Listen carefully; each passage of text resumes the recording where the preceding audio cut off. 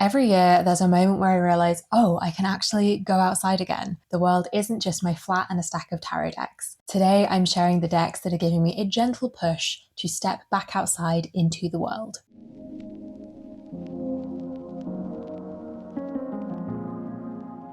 Hello, everybody. It's Sylvie. Welcome or welcome back to Tarot Magpie. I hope you're doing all kinds of good today.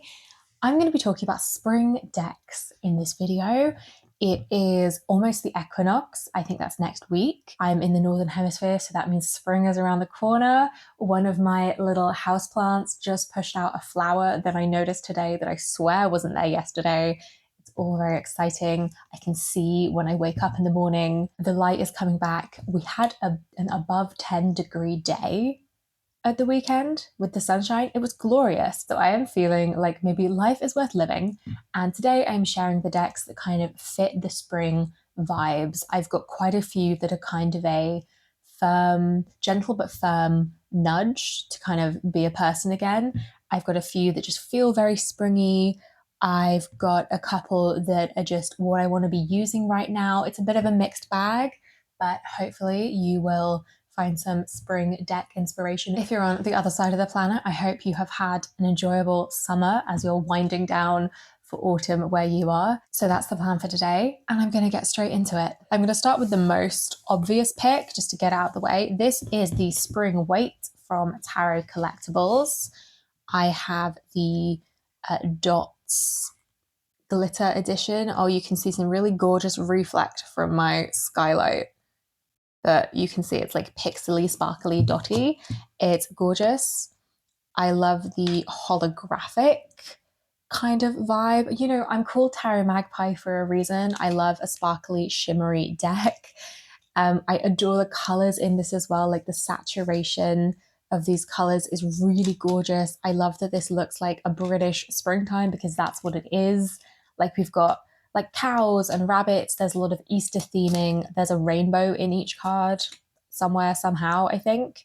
Like Easter eggs in the 10 of Pentacles. There's a bunny in the Fool instead of a dog. I know somebody's got some cows in the background. Here we go, cows in the background of the 6 of Cups. Like this just brings me so much joy, which is the vibes of spring. Like it's warmer, it's lighter. Daffodils. I saw over the weekend, I saw buckets of daffodils and crocuses, which I haven't seen up north yet. I saw some when I was down south the other week. Springtime flowers, springtime vibes. It's just, I'm living. I'm wanting to be living is the key point. So this is the Spring Weight. Need I say more? Probably not. I think the stack of decks I'm going to show you next is the like firm but gentle kind of vibes. Like they're nice, but they are very much kind of giving me a firm but loving push to get back outside, re-enter the world, stop hibernating and hiding. So first up is Song of the Grandmothers, which is an oracle deck, which I very much adore. I feel like I've spoken about this non-stop since I added it to my collection. But like the colors, very springy, very gorgeous, lots of like just really like not pastel, but lots of very like soft shades. Like they're bright, but they're not like fluorescent bright. I hope that I'm explaining myself. Like they're bright, they're not desaturated, they're not gray, they're not dull, but they're also not like in your face bright. They're just very pleasing to look at. And the vibe of this deck, the energy of this deck is very much like, here's the advice that maybe you don't want to hear because I'm not going to coddle you, but here's the advice you need to hear, said in a way that feels like it's got your best interests at heart, which is the point. It's called the Song of the Grandmothers. I don't have any grandmothers to give me any kind of advice. So this deck is an excellent stand-in for when I want to go to somebody and be like, life is really hard, tell me what to do. And they're kind of like, suck it up, buttercup. But here's some practical advice to go along with that. So this is absolutely the first deck I thought of as like a soft but gentle push to get back out in the world, be a person, live my life, you know, all that good stuff. Along with that, we'll do another oracle. This is the Sea Salt Journeys oracle cards, which I actually haven't pulled out in what feels like and what is actually months. This deck I find also has a lot of gentleness to it, but this is much more of like an affirmation, good vibes kind of deck, especially if you just look at the cards. It really is just like a keyword, and then it's not an affirmation exactly, but it's kind of like a blessing, I guess. Like, may you settle gently, may you navigate with purpose, may your soul sing freely. It's that kind of like bestowing a blessing on you. And I love the sea. And this imagery, the photos in this deck just make me feel just much more at peace with the world. And I think part of that is because a lot of them are very like pretty, tranquil images. The sea can be a very scary place. That's not what this deck is showing. This deck is showing a lot of beautiful horizons, a lot of beautiful beaches, a lot of beautiful underwater scenes, lots of gorgeous, like clear blue water, lots of open space. It's got that kind of healing vibes that going to the sea, going to the beach has. You know, salt water is very cleansing. Looking and listening to the sea is very cleansing. And this deck holds that kind of feeling for me. Maybe that's purely because that's what I associate the sea with. Maybe that's because the deck creator was very good at bringing together that vision. Probably both. But there we have it, the Sea Salt Journeys Oracle. I don't think I've ever used this on its own, whereas the Song of the Grandmothers, I use that by itself sometimes. This is always like a little addition to a reading. With this like blessing, it's just a really nice kind of way to close out a reading or set the tone for a reading, or just like add like a nice message in there. This is a deck that I expect will be no surprise to any of you because I have talked about this. It feels like nonstop since I added it to my collection, and it is, if I can ever get it out of the bag, it is the Spirit Animal Tarot. It's very shiny glossy, so I've got to hold it in a very specific way. I adore this. Like, come on. The color palette is just very like soft. Again, it feels quite similar color palette wise to the Song of the Grandmothers. It's a little bit brighter maybe, but there's not any really like deep dark kind of looking cards where we've got darker colors and more kind of shadowy images. They're still quite bright almost, and then we've got a lot of these soft watercolory pastel but not kind of dull colors. Like, it's just very pleasing to look at. It feels kind of like spring. It's bright, but it's not aggressively bright. And the feeling of this deck, which is a lot due to the guidebook, is it's gentle. It's definitely the lighter side of tarot. It's definitely not super confronting. It's not trying to be... I've just noticed this is a hand. That is the first time I've noticed that in this card. This is a hand holding the scorpion in the 5 of branches, which is wands. Completely distracted myself. What was I saying? The guidebook for this, as well as the imagery and some of the retitling, like in the majors, like Moon Dreamer for the moon. Definitely Moon Dreamer feels like a more whimsical take rather than the kind of nightmarish kind of dreaming that the moon can sometimes be referencing. And then I forget what the tower... Oh yeah, here. The tower is renamed the Quickener. If you were just taking the title, that's not as kind of scary as the tower can sometimes be. So it's a sort of softer, not exactly love and light. Like, I don't think it's positive vibes only. I don't think it's light washing the depth that you can see in the tarot. It's just presenting you with a positive spin. But because it's a tarot deck, it's still got all those cards in there. I can still read some of the like darker stuff, like here, Omen of Death. It's not been changed to like rebirth or transformation. Like, we've still got the word death in there. Like, I think it strikes a balance really well. It strikes a balance that I really appreciate, that works well for me, of having the kind of depth and the darkness, but that's not front and center, but it's there if you want to look for it. So I feel like this works for spring because, again, visually it's lighter, it's brighter, and I think winter's a good time for, if you're so inclined, winter's a good time for like shadow work, for a lot of like really deep, intensive journaling, because we're hermiting, we're going inward, literally physically in the world. We're kind of bundling up and staying inside. So it's a good time to do a lot of like spiritual or personal going inward as well. But I want to go outside in spring. I want to poke my little head out of my hibernation nest. This deck feels like it's kind of easing me into that. Side note, I really like Masters of Discernment as a retitling of Judgment. I saw Call to Awakening, which I thought was Judgment, but I guess was something else. I don't know where. Ahaha. Yeah, Rooster, Call to Awakening. Okay, that's the sun. And then Masters of Discernment for Judgment, which I really enjoy as a title. And I also really enjoy this image. I think it's quite lovely. So that is the Spirit Animal Tarot, which has been a favorite since I acquired it. It's still a favorite, but I think the springtime is the most fitting season to pull this deck out. All right, the Crystal Visions Tarot, which I haven't touched in months, and you can tell because I was working on re-edging it. I did these colors last spring, summer, and then I hated them, and so I was going over them in some metallic Posca pens, and I just haven't touched it since I was doing that sort of deck mod during a D&D session months ago. So it's been a hot minute since I pulled this deck out, at least to read with. I'm pretty sure I've shown it off in a couple of videos.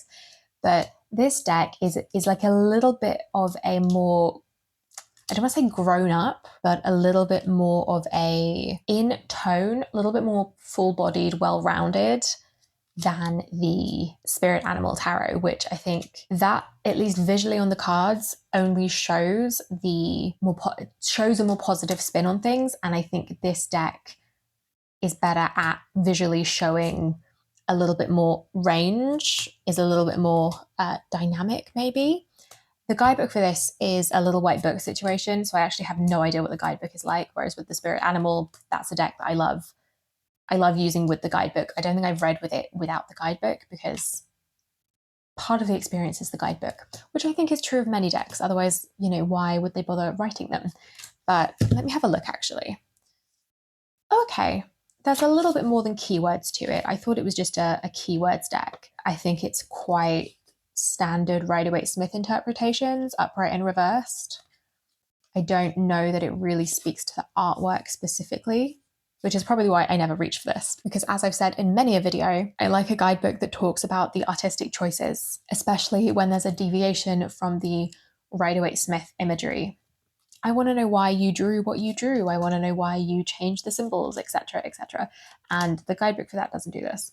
I do really adore the aces in this deck. I think they're some of my prettiest aces.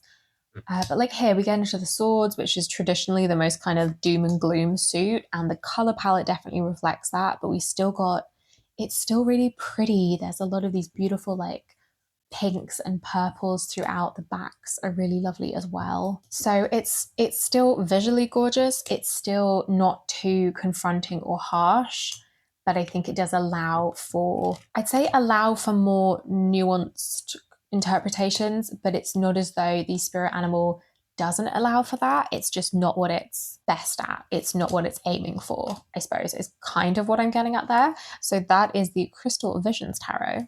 Okay, I've tried to zoom us in a little bit. I hope that has worked. All right, especially for this teeny tiny deck. This also is like kind of good vibes, nurturing, but still a tarot deck, still giving you like a nudge. It's still got all the kind of supposedly, dark and spooky cards in there.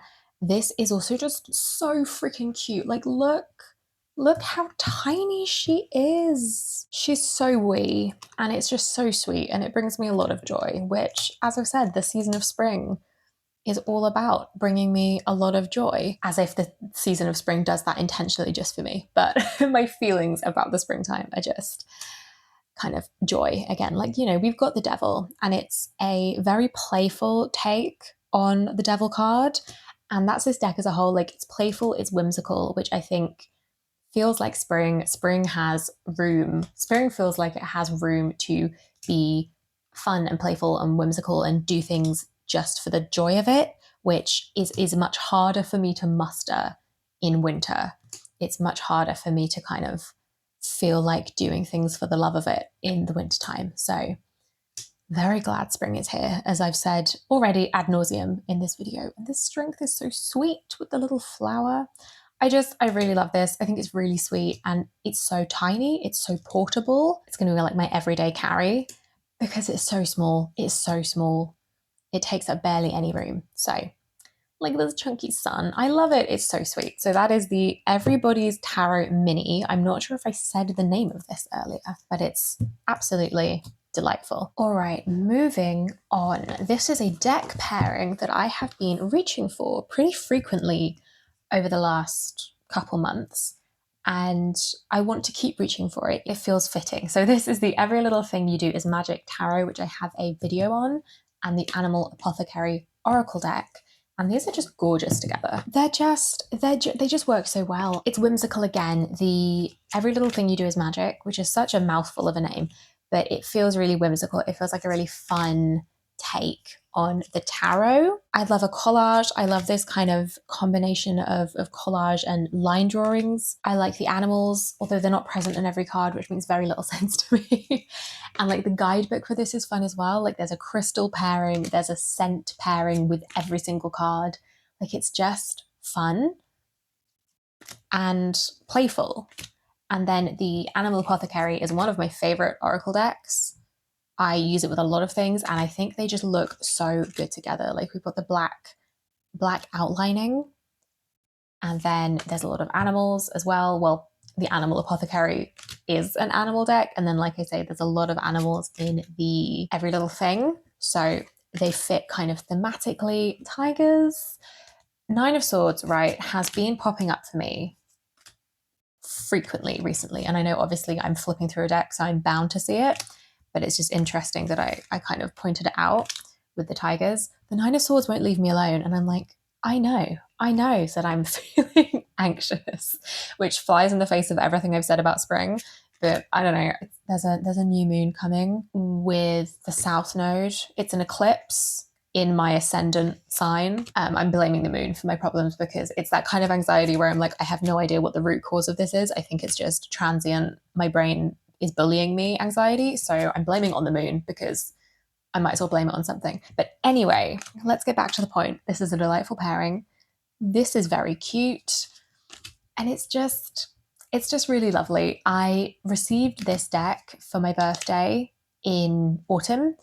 And like I pulled it out occasionally, but I think it's going to really come into its own in the springtime. So that is the Every Little Thing You Do is Magic Tarot and the Animal Apothecary Oracle. Next up, the Herb Crafters Tarot probably feels like an obvious one for spring, but it's because it's almost exclusively outside imagery, depictions of the outdoors in a great majority of the cards. And, you know, it's as simple as in spring, I want to go outside. And this card shows me the outside. This deck shows me the outside. And then obviously it also feels kind of right because it's the herb crafters. There's all these plants. There's lots of cooking and herb crafting and everything's starting to grow in the spring. Like it feels very appropriate thematically. But really the reason this is a spring deck for me is because I want to go outdoors under that blue sky. There's flowers starting to pop up outside. Like I said, I've seen crocuses and daffodils, and I've seen a few trees starting to blossom. Like the outside is starting to look a bit like this deck, and I want to be in it. That's really all there is to this one. I really adore this card.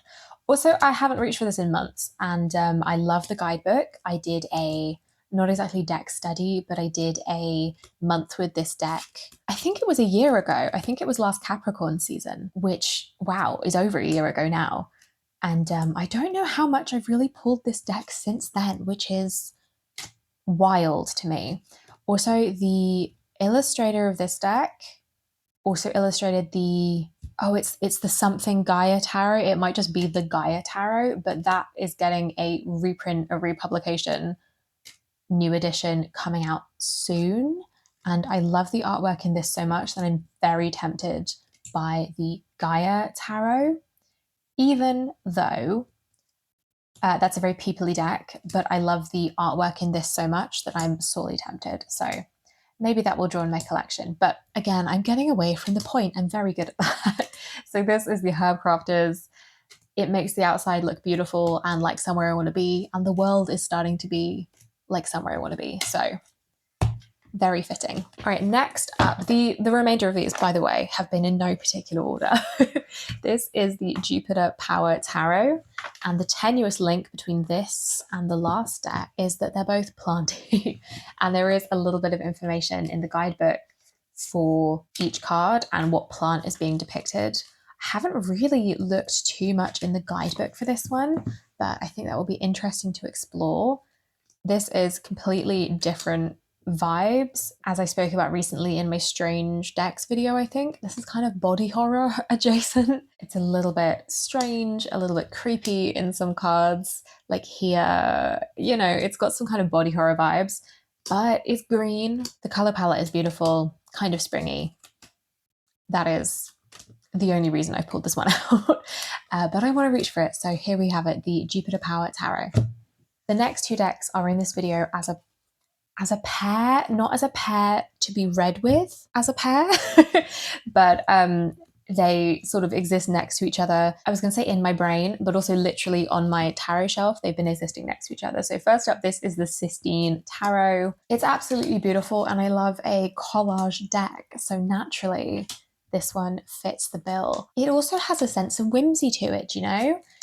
Like, I spoke about this in my pink decks video, and like, it's just so pretty, the sort of vibe of the images and the like kind of vintagey film photography aesthetic to them. I don't know, there's something about it. It feels kind of soft. It feels like soft in the imagery, feels soft. I don't know how to explain it. I just love this deck, and it feels very appropriate for springtime, I think.